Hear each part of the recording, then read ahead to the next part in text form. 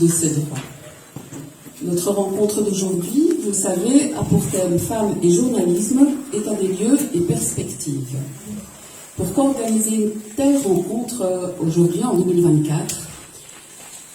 Je dirais qu'il y a 4 raisons. La première, c'est qu'aujourd'hui, quel que soit le pays, le continent, la féminisation de la profession, on se rend compte qu'elle est lente.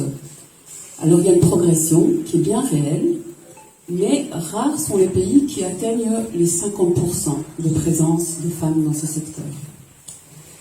Deuxièmement, parce que dans certains pays, les chiffres montrent que les femmes journalistes, même quand elles sont davantage diplômées que leurs confrères, eh bien, elles sont souvent sous-représentées dès qu'on parle de postes à responsabilité. Troisièmement, parce que les femmes sont bien plus nombreuses à déclarer qu'elles ont été confrontées à des formes de discrimination ou d'intimidation dans le cadre de leur métier. Et la plupart du temps, c'est en raison de leur genre.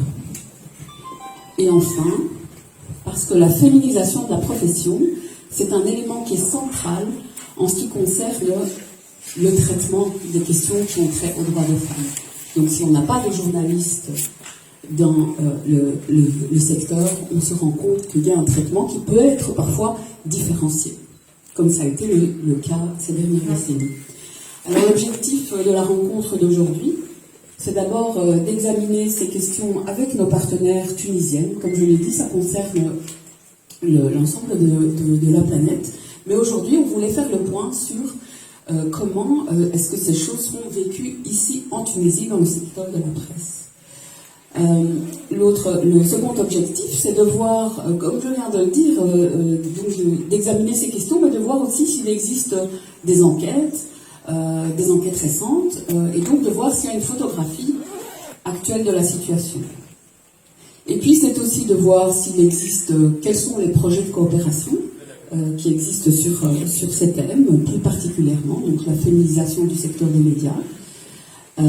Et puis pour nous, Belgique francophone, mais également pour tout bailleur international qui le souhaite, ce sera de voir quelles seraient les pistes de collaboration d'avenir dans un futur proche plutôt sur ce thème-là.